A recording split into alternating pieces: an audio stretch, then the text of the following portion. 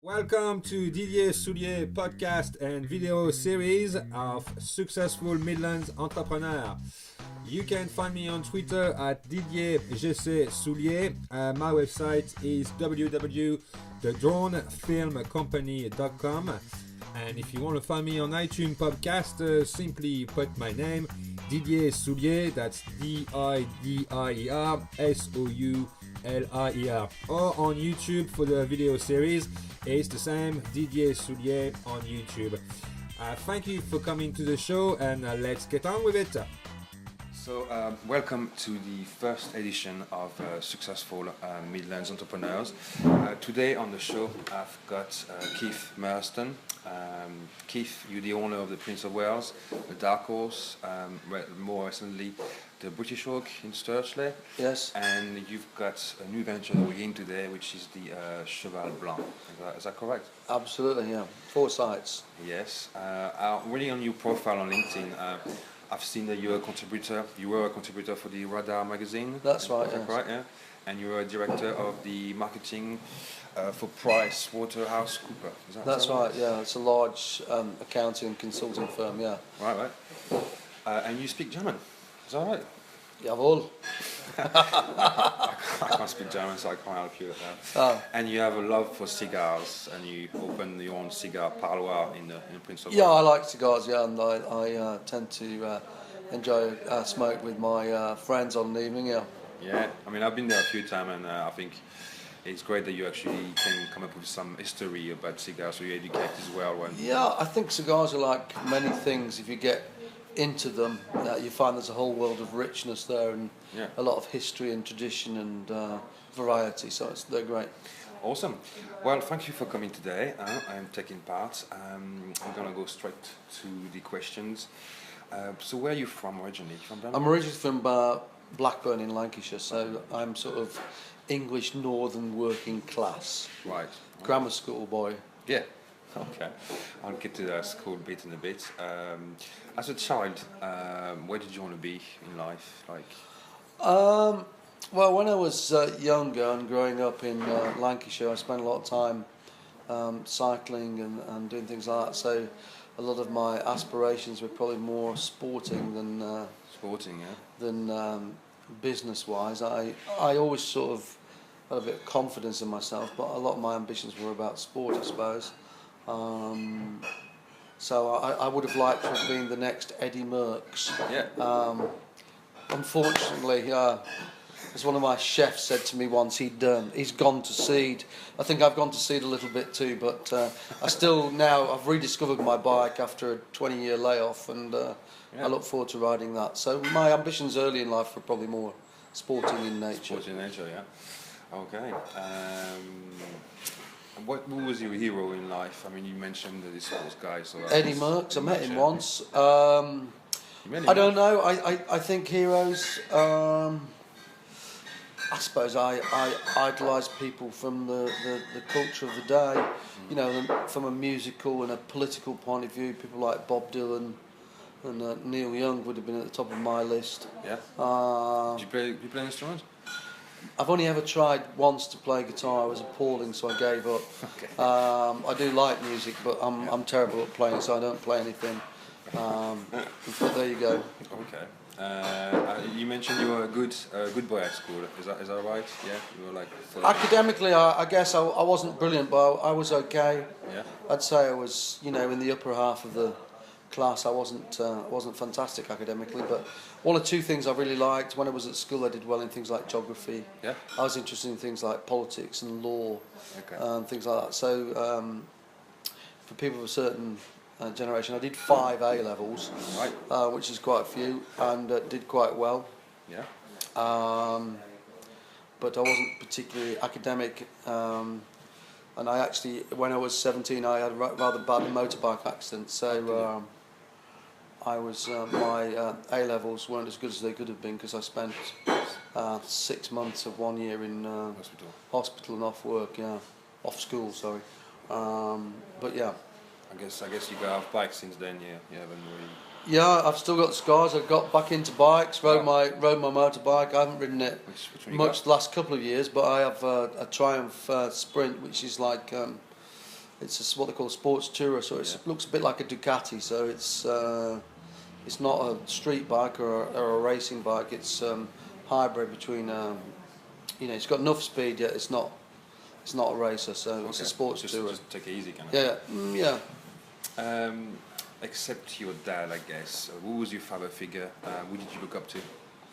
Growing up? When I was young, I had a few people in my cycling club that I looked up to.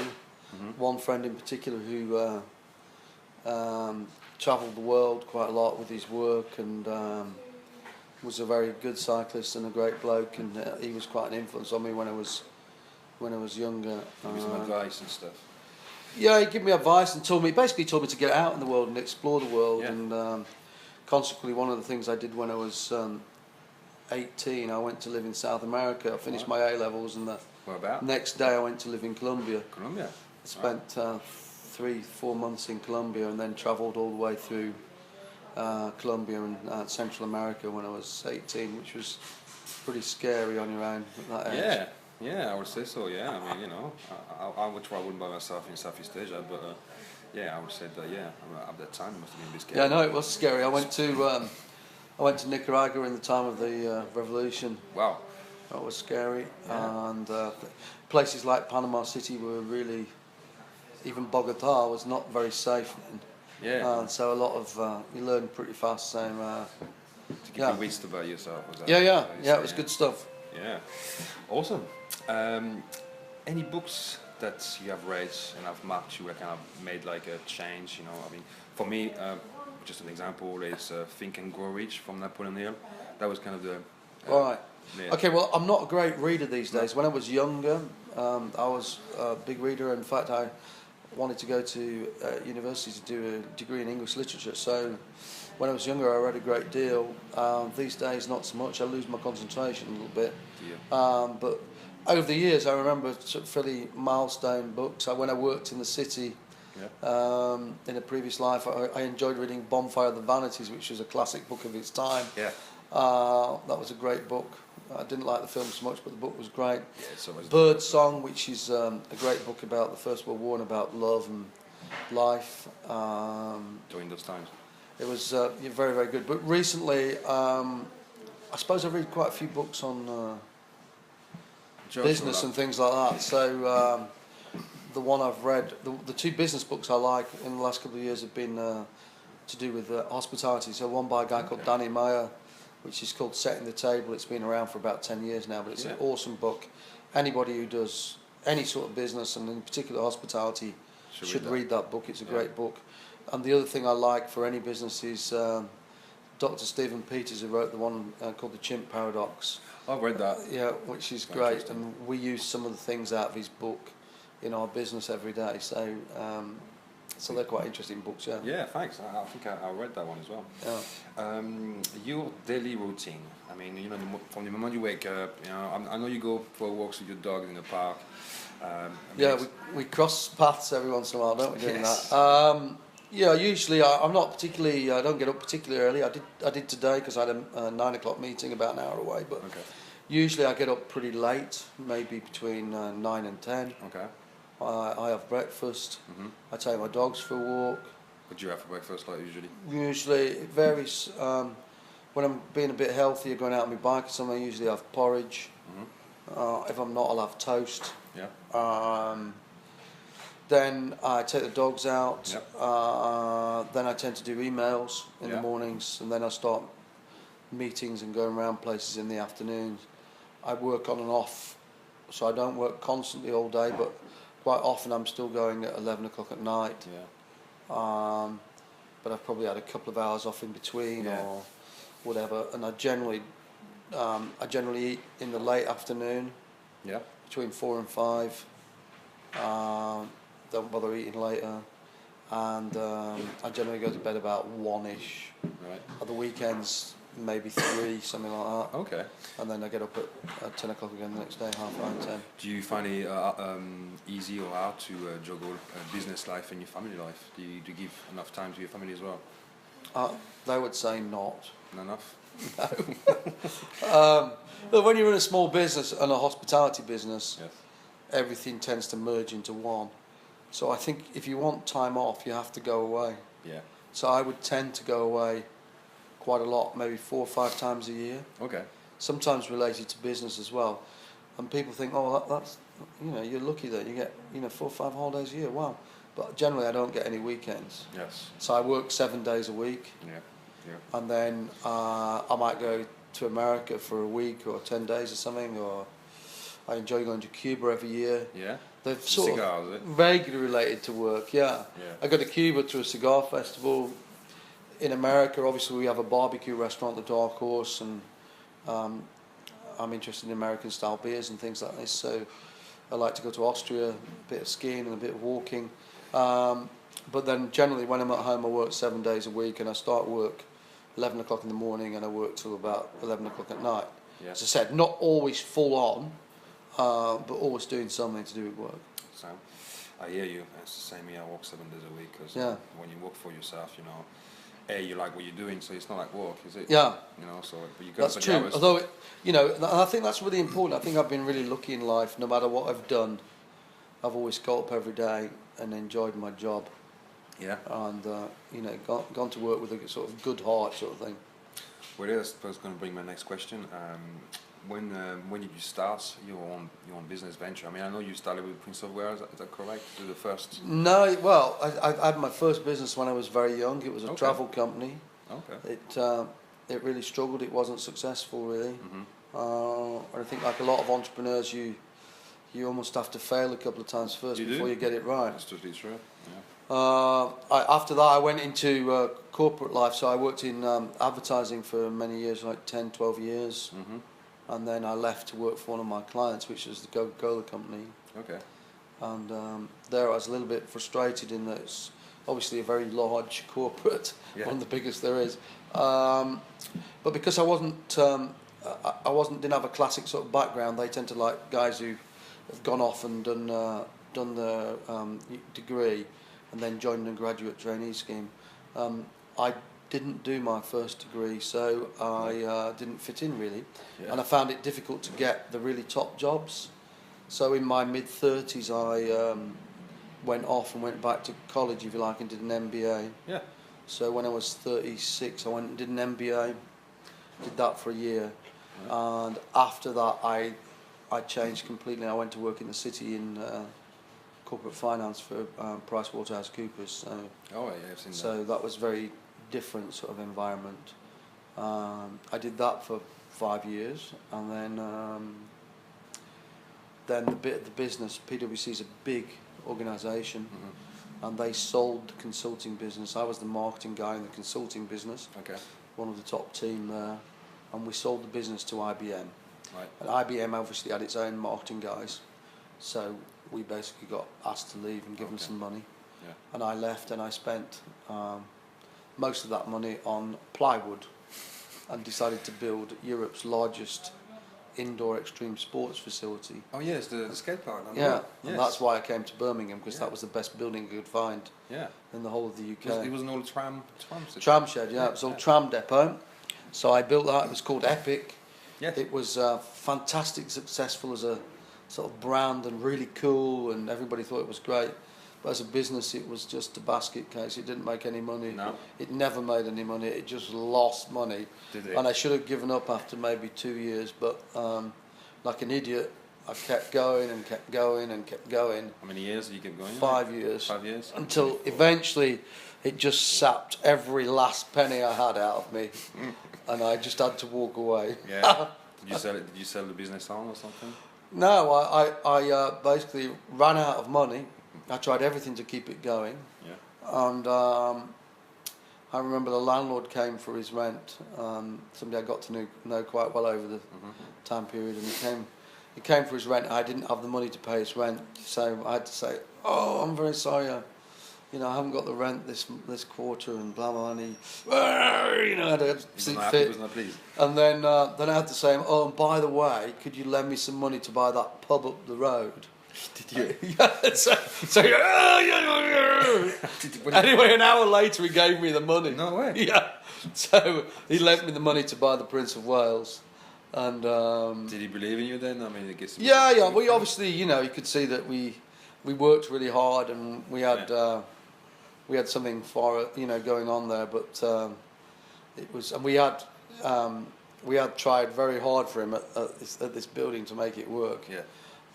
So I left the skate park and moved into the Prince of Wales, and I thought that was just for a year or two to recover basically and lick my wounds. I didn't see myself as being a pub landlord, but the fact of the matter was I had 4 kids, so I needed a roof over our head. I had no house and I had no income. So the only thing I could think of that had put a roof over our head and generated some income was a pub. Yeah. I mean, you're glad you made the decision now, right?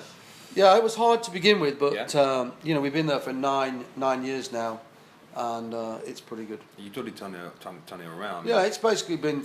It was 3 years of rubbish. We were busy but didn't make any money. Okay.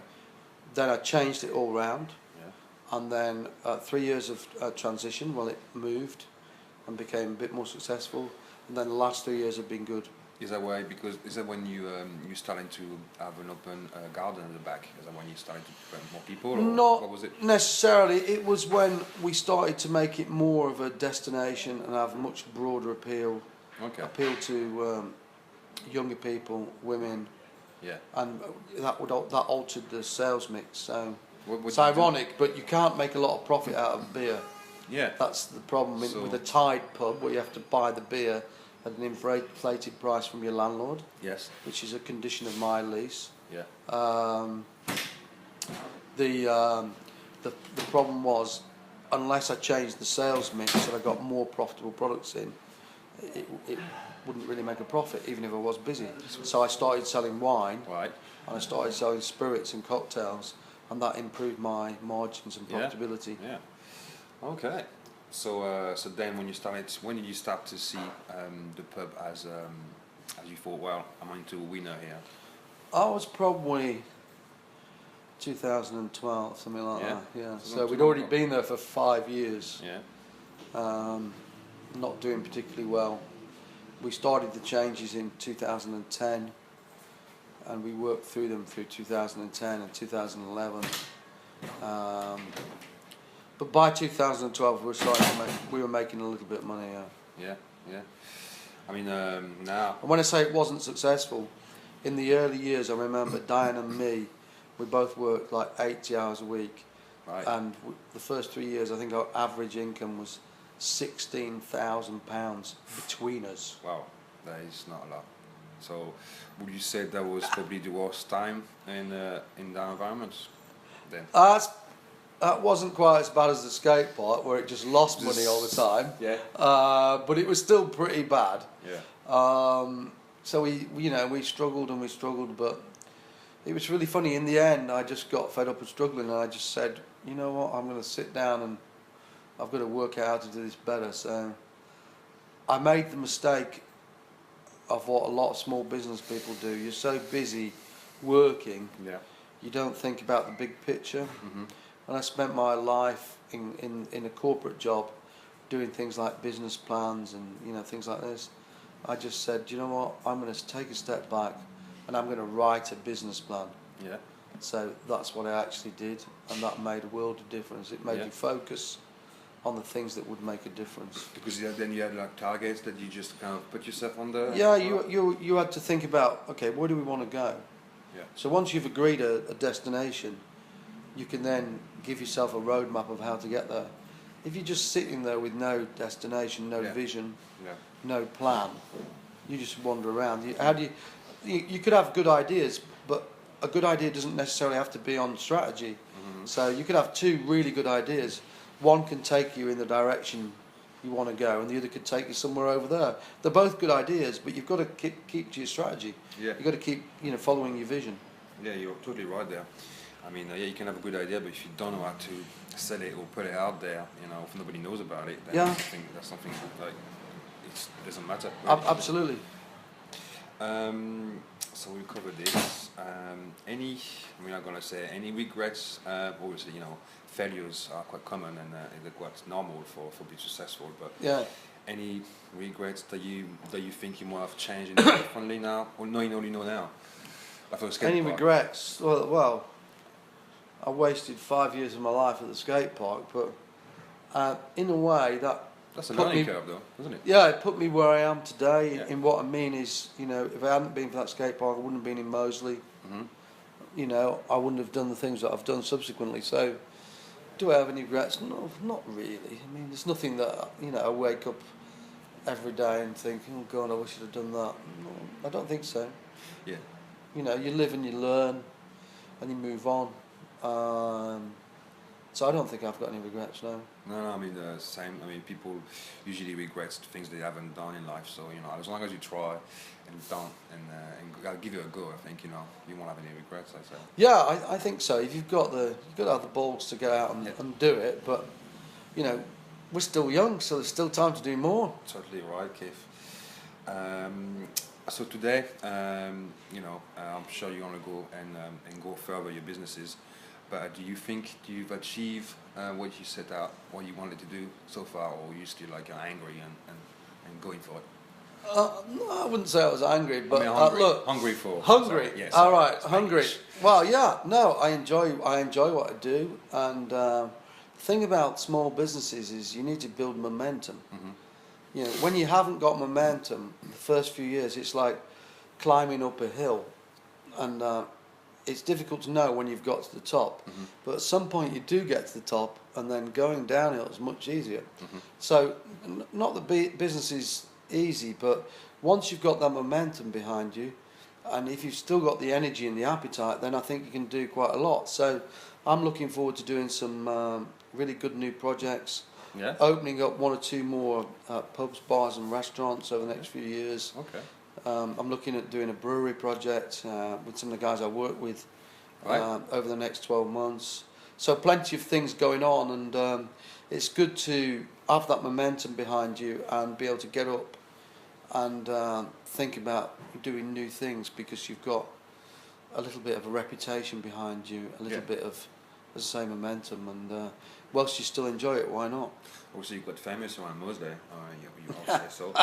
And you're right. You know, you said seeing where you want to be. You know, having that vision, and stuck to that vision, and then break it down into little steps so you can take you there. It's definitely the way. But the ideal vision is what kind of bring you forward, isn't it? Yeah. Well, you've got to, if you have a clear vision, as your organisation gets bigger, it's much easier for other people to go along on that journey with you. If you can't articulate a vision to people, what you're trying to do, then how are they going to come along with you? How are they, in a business like this, I don't know, let's say through all the pubs and bars that we have, there might be 2,000 people a week or something, I don't actually know. I'm only ever going to talk to maybe 50, 100 of those people. My staff are going to talk to the rest of them. Now, if they don't share my vision and share and understand what I'm trying to do, how are they going to communicate in a good way with those people, in a way that I would be pleased to see? So you've got to be able to, as a leader, I think, you've got to be able to come up with a vision. You've got to be able to articulate that clearly and in a motivating way to your staff, and then you've got to recruit good people who can share in that and take that forward for you. So it's something that you guys do in terms of meeting. I mean, like you meet your staff, and you set out this vision and I guess what we do is we each business has its own business plan. So we just come to the end of our financial year now. So we've written the plans for next year. I ask every manager who runs one of either the Prince or Dark Horse or British Oak or here, I ask them to write a business plan. I help them do that. I support them in doing that. And then they write a business plan which starts off with the vision, then it has some objectives, and then for each objective it has some strategies, and for each strategy it has some tactics.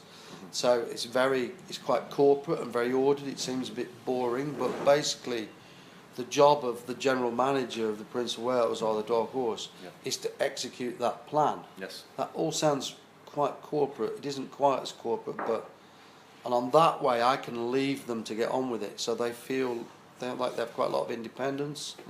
And then we meet up every week to discuss how they're doing. Yeah.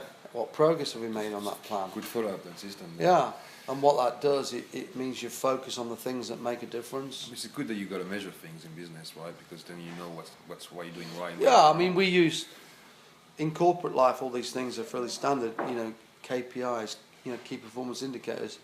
Little small business doesn't tend to do that sort of stuff. So, but we do, because I need my guys to know that what are the few buttons I need to press to drive the performance of the business. Yeah. You know, classically, they're things like, you know, gross profit, sales growth, controlling costs. In hospitality, you've got other things about, you know, how much your guests and your customers love your venue and love your food. But we measure all those things to make sure that they're pushing the right buttons. Right, so you can tell as well when something doesn't work as well, you can just change it. You know, absolutely. And try new tactics. Yeah. Yeah, it's something that I've learned from my business because sometimes you do things right, but if you don't measure it, then you know it's hard to know when you're doing right and when you're doing wrong. Somebody once said to me, "What gets measured gets done." Yeah. I'll say so. What would you like to leave behind you? I mean, you know, you still got a few years in front of here, a few decades, I'd say. But what would you like to leave behind? You know, like for your kids or for your community, maybe for the world itself, maybe so to speak. I don't know. I think that I'd like to be remembered for just treating all the people who work with us really well, and creating some, hopefully going forward, some life-changing opportunities. Obviously, as somebody who owns a business, you hope that you can create enough wealth and things to perhaps change the lives of your children so they don't have to struggle with money the way that you did. Yeah. But I'd like to be able to think that I could do that for other people as well. Yeah. Perhaps other people on my team, other people who work for us. So it's not all just about me and my family, but it's about a much more extended family. Because the guys who work for me work really hard and they're truly excellent at what they do. So I'd like to be able to, you know, spread that around a little bit so that we can create one big happy family that, you know, runs a great business that's good to work for and has a positive impact. I mean, it's interesting. We sell alcohol, you know, and some people might go, you know, that's the bogeyman and the devil selling alcohol. But, you know, I think if we sell it responsibly and we're offering people some great places to go out and enjoy themselves, and we're managing them well, and we are responsible, I don't have a problem with the selling of alcohol. No. I think it's actually a great business to be in. Yeah. And we really enjoy it. So hopefully the legacy would be, you know, quite a large extended family of people who have great jobs and can create some wealth for themselves. Because you like to see, you know, all your businesses kind of sticking over and not go. Yeah, I like to see them growing and progressing and being able to offer jobs to young people. Yeah. You know, the city's full of universities these days, and it's nice to have lots of graduates to offer jobs to, and perhaps, I don't know, a lot of people see hospitality as a short-term thing. Get a bar job while you're at university or the rest of it. Yeah. But a lot of the guys who work for me as undergraduates are still here, you know. 3-4 years later they're still here. And they obviously enjoy it. Yeah, so you must be doing something right, you must be looking after them or something, is it? I hope so. So you pay them more than the average, is that I'd say we do, Yeah. I mean, when there was a lot of issues in the industry when national living wage came in. Yeah. But out of our 60 staff, it only affected one person who was a 17-year-old glass collector. Right. Everybody else already earned more than that. Oh, okay. But it's not just about, you know, £7.50 an hour or £8 an hour. It's about creating opportunities for people to earn, you know, decent salaries. Yeah. And you know, £8 an hour or £8.50 an hour is great when you're only 19 or 20. But you get people in their late 20s. You want to, you know, get married, have kids, buy a house, do all that sort of stuff. Yeah. You need to earn more than that, so it's nice to be able to create some opportunities that have got a little bit more to offer than just so much per hour. I think that's something that Richard Branson say. You know, if you look after your staff, they will look after your clients. You know, yeah. Believe in that. You know. Yeah, it's the same with Danny Meyer. He, the book I told you about, Setting the Table. A lot of people talk about customer focus. What we try and do is focus on our team, on our people. because everything else will follow then. Yeah, you're right. And the other thing is that the finance bit's only right at the end. So once you've looked after your people, looked after your customers, looked after your suppliers, looked after your community, you then might get a payback. Yeah, yeah. But only then. Pay it forward, yeah, kind of thing. Yeah, I mean, you do a lot of things around Moseley already, you know. I think Well, we try. We're not always the most popular because obviously Moseley's a place where you've got lots of people who like pubs and bars and restaurants, and then you've got a few crustier types who don't. Well, can't please everybody. So we're not everybody's cup of tea, but No. we do love the community, and we do try to be good citizens, and we do try to be considerate members of the community, and we try and get involved in community issues, and we try and use our presence to help fight good fights. Yes. And that can be quite effective. What would you say to young entrepreneurs today that want to start a business a bit like yours, you know, maybe open a pub? What would you say that as an advice? Well, I would say, what you need to do first of all is go out and do your research. Mm-hmm. Go and look at people who run, it doesn't matter whether it's a pub or a bar or any other type of business, but go and do your research. Go and speak to people who run similar businesses. Mm-hmm. You'll be surprised how open people can be. Learn from others. Try and find the best guys in your field and go and learn what they do. Yeah. And try and. I tend to think of them a little bit like a magpie. You go around and you steal the shiny bits. Yeah. And that's good. There's no shame in stealing other people's secrets, if you like. Yeah. As long as it's not intellectual property or something, but you can learn a lot by getting out there and just finding out what's going on in the world and who does things really well and learning from them. So I'd advise you to do that. Not from the mistake, kind of thing. Yeah, and don't underestimate the amount of capital you need. Yeah, I would say that you probably need quite a lot to open. Yeah, whatever business, whatever you think it is, you should probably double it because it's usually going to take longer and more money than you originally thought. Yeah. So you've got to think a little bit like that. Okay. But if you've got a good idea and you've got a bit of passion, get out there, find out a bit more, and get on with it. Yeah. Where can we find more about your new venture, the Cheval Blanc? Cheval Blanc. Website already going? Yeah, we have a website where if you of course Cheval Blanc we call it Cheval Blanc because for two reasons. It's next door to the Dark Horse. Dark Horse, so it's a white horse. I can see what you've done there. Yeah. But it's also it's a wine bar, so one of the best chateau in Saint-Emilion is called Cheval Blanc. So there's a little bit of double meaning there. Is it .com or .co.uk website? The thing to remember is Cheval Blanc bar. If you type in Cheval Blanc, quite often you'll get somebody else. the chateau. Ah, okay. Right, so you'll still get wine. Yeah. But if you use bar, you have to put and you use that on things like Facebook and Twitter, you get in there. We do more on Facebook and Twitter these days than I've seen that. the website's a bit static. So you can find us online. But I think you get more of a conversation and more of an interaction with Facebook and Twitter, so you can find out more there. And what's the? I can see behind you you got a cave, which is it quite big? Little wine cellar, spiral wine cellar. Yeah, it's got some very good numbers in there. It has. Yeah, if you get down the bottom there, there's a few bottles that's several £100s ago. I think I'm going to have a look after this. And so it's perfect for keeping wine at storage temperature. Yeah. For long-term storage. Yeah. It's not serving temperature, so we put all our stock down there. It's interesting. The wine business is one of the few businesses where the value of your stock goes up, not down. Yeah.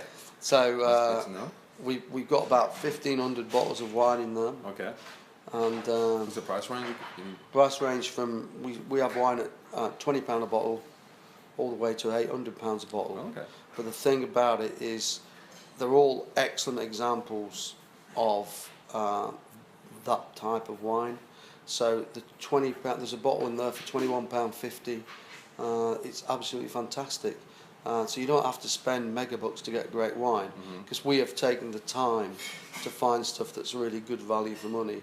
And often we've looked for things that have got a little bit of a story to them, either about the vineyard or the grower, the winemaker. They're a little bit unusual, or they might be like Muscadet, become very unfashionable and, you know, yet still offer great value. So, you know, things like Chateauneuf-du-Pape, Yeah, if you go next door, the Appellation next door, you can buy something that is very, very similar with just much, much better value for money. Yeah. So there's always a little bit of a story in each of the wines that we And you've got somebody to go in France and sort out some wine for you, or you go? Yeah, no, we've got 4 different wine merchants. Okay.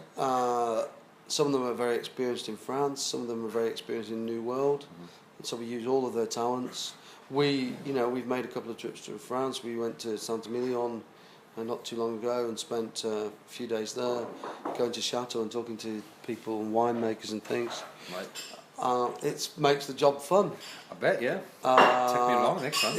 Yeah. So, you know, we do that on a regular basis. We do it with beer in our pubs as well. It's all part of the business. So that's pretty good. Right. Awesome, Keith. I think I'm going to call it a day. I think you got probably a busy day ahead of you. So I just want to thank you again for taking part. Pleasure. Yes. Anytime. Thank you very much for being part today. Good. Thanks. All right. Thank you. Thank you for coming, listening or watching the show. Please get hold of me if you are a successful businessman or entrepreneur at Didier at thedronefilmcompany.com. The podcast on iTunes, just type my name, Didier Soulier, Didier Soulier. If you ever watch the video, it's on YouTube at my account, which is Didier Soulier. Thank you guys for coming, and see you next time.